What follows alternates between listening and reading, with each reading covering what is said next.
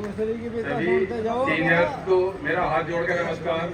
और मेरे लिए सभी सीनियर्स यहाँ भगवान के तुल्य हैं, क्योंकि मैं एक ऐसे गांव से आता हूँ जहाँ शिक्षा के बारे में बहुत कम जानकारी थी जब मैंने इस विश्वविद्यालय में एडमिशन लिया, और मुझे कुछ भी यहाँ पता नहीं था कि यहाँ क्या होता है क्या नहीं होता। जैसे जब मैं एडमिशन लेने के लिए विश्वविद्यालय के गेट में एंट्री की तो मैंने सबसे पहले इस विश्वविद्यालय में बरगद के पेड़ के नीचे एक व्यक्ति थे, मैं उनका नाम नहीं जानता था, आज मैं उनसे बहुत अच्छे से परिचित हूँ। तो एक व्यक्ति बरगद के पेड़ के नीचे संघर्ष कर रहे थे छात्र हितों के लिए, उनका नाम है डॉक्टर कुलदीप उज्ज्वल जी। तो सबसे पहले मैंने इन्हीं को देखा था कि उस वक्त ये छात्र संघ की तैयारी भी कर रहे थे।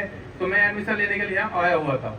तो एडमिशन लेने के लिए जब मैं आया तो मेरा एडमिशन लेने के लिए यहाँ बिल्कुल मना कर दिया गया कि आपका एडमिशन नहीं होगा क्योंकि आपकी परसेंटेज बहुत कम है। हालांकि उस वक्त एडमिशन एंट्रेंस से होते थे, एंट्रेंस में मैंने पास कर लिया था और मेरी 48% समथिंग थी ग्रेजुएशन में। तो उस वजह से एडमिशन के लिए उन्होंने मना कर दिया। तो फिर मेरी मुलाकात एक मेरे मित्र और मेरे साथी थे डॉक्टर सुनील धामा, उनसे हुई।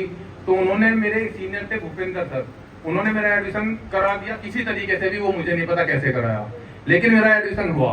और एडमिशन होने के बाद मुझे एक नाम की उपाधि थी, मेरा नाम डॉक्यूमेंट्स में कपिल वर्मा है, शायद बहुत कम लोग जानते होंगे, मुझे भी नहीं पता कि मुझे तो नाम दिया है यहाँ किसी ने दिया पर, लेकिन मेरे याद है जो रवि बालियान जी है, डॉक्टर रवि बालियान, उन्हें दद्दा के नाम से हम प्यार में दद्दा कहते हैं। तो उन्होंने मेरे नामकरण किया कपिल खटकी, क्योंकि मैं ज्यादातर लोगों की आंखों में खटकते रहता था। ये मेरी एक पहचान थी कि मैं जहाँ भी हूँ जैसा भी हूँ, कोई भी बात या कोई भी घटना होती थी उस घटना में सबसे पहले सर्वोपरि पाया जाता था। एक दो बार ऐसा हुआ कि मुझे पुलिस ने पकड़ा। एक मैं आपको अपने जीवन की एक घटना बहुत अच्छी है, मेरे लिए तो अच्छी है क्योंकि मैं जेल जाने से बचाया हूँ। मेरे सीनियर्स थे और मेरे साथी थे, उन्होंने एक बार यहाँ हमारा झगड़ा हुआ था और झगड़े में मैं पुलिस ने पकड़ लिया। पकड़कर मुझे पुलिस ने जीप में बैठा लिया। हालांकि अगर कोई मेरे घर परिवार का भी होता तो शायद पुलिस के सामने नहीं लड़ पाते, क्योंकि गांव में पुलिस से क्या एक होमगार्ड से भी पूरा गांव डर जाता है। तो मेरे सीनियर्स रवि सर भी थे और राजीव बालियान जी और डॉक्टर दीपक तालान, आज तो डॉक्टर हैं, उस वक्त तो खैर हमारे साथी थे, उसकी साथी हैं। तो इन्होंने अपना स्कूटर जीप के आगे अड़ाया और मेरे 3-4 सीनियर ने मुझे उस जीप में से खींचा। उधर आधा मेरा इधर से पुलिस वालों ने पकड़ रखा और पैर सीनियरों ने पकड़ रखे और पुलिस की जीप चल गई और आगे स्कूटी चढ़ी हुई थी। तो ये एक ऐसी घटना थी कि मैं उस वक्त जेल में नहीं, तो उस वक्त जो लोग पकड़े गए थे शायद 10-10, 15-15 दिन जेल में रह गए थे। तो मुझे ये सुकून था कि मुझे बिल्कुल बड़े भाइयों से भी ज्यादा प्यार करने वाले सीनियर मिले हैं। हाँ, अभी मैं वहां तक पहुंच रहा हूँ।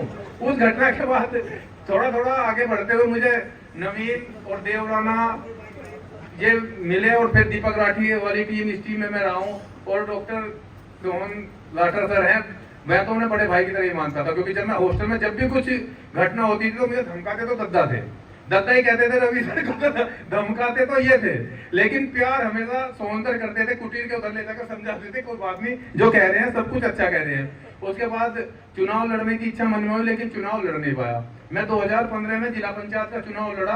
पढ़ता तो मैं खैर पढ़ने में आज भी ऐसा ही हूँ और पहले भी ऐसा ही था, इसे स्वीकार करने में कोई बुराई नहीं है। जो कुछ मेरे पास है, मेरे सीनियर हैं, उन्होंने किस तरह से मुझे मार्गदर्शन दिया है, मैं ये अभी आप लोगों को बताऊंगा कि सीनियर की कितनी बड़ी भूमिका एक मुझ जैसे बच्चे का जीवन बनाने में भी है। मेरा पूरा घर परिवार और मेरा पूरा जीवन आज सीनियर्स के दिखाए हुए रास्ते पर चलकर यहाँ मैं अपनी शिक्षा दीक्षा कर अपना रोजगार भी उन्हीं देन है मेरे को। वो भी चीज मैं आपको बताऊंगा, हो सकता है घटना ज्यादा लंबी हो जाए, लेकिन फिर भी मैं आपको बताऊंगा जरूर, क्योंकि जब डॉक्टर जयकुमार सुरहा जी बैठे हैं, बड़े भाई से सुपर सीनियर थे, इन्होंने भी नहीं पता। एक दिन 2018 में जब मैं पीएचडी कर लेता हूँ, तो पीएचडी करने के बाद नौकरी क्या होता तो सभी को होती है। तो सिरोहा सर ओमवीर की उसकी चाय की दुकान में बैठे थे गुरु प्रकाश की पे, और राजीव सर, आप सभी लोग उनके नाम से भी परिचित होंगे।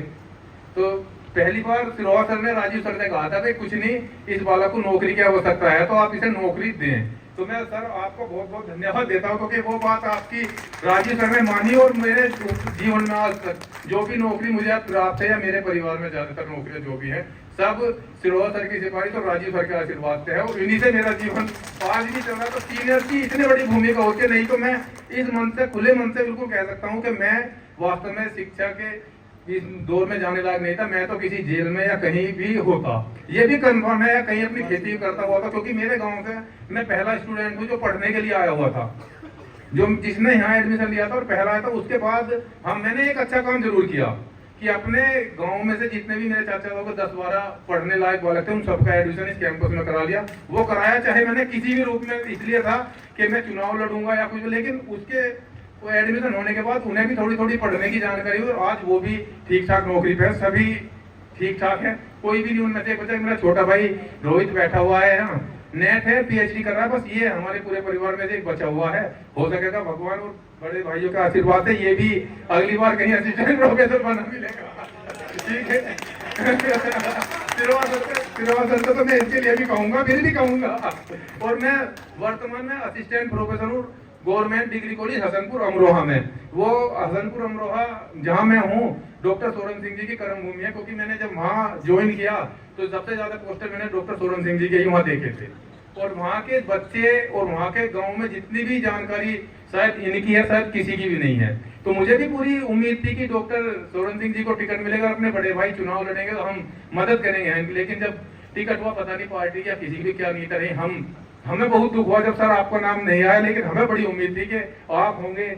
उसके बाद एक चुनाव में एक मेरी बहुत बड़ी जो मदद की है डॉक्टर कुलदीप जिन्हें हम केडी के नाम से जानते हैं, उन्होंने भी मेरे जीवन में बहुत दिशा और उसका कार्य किया है। इसलिए सर आप सभी का आशीर्वाद और प्यार हमेशा मुझ पे बना रहे, यही आशा के साथ मैं सभी से नमस्कार करता हूँ और कहता हूँ मेरा आशीर्वाद और प्यार हमेशा मुझे देते रहिए। जो भी मेरे लायक दिशा निर्देश हो मुझे दे और मैं उन पर चलने का प्रयास करूँ। धन्यवाद।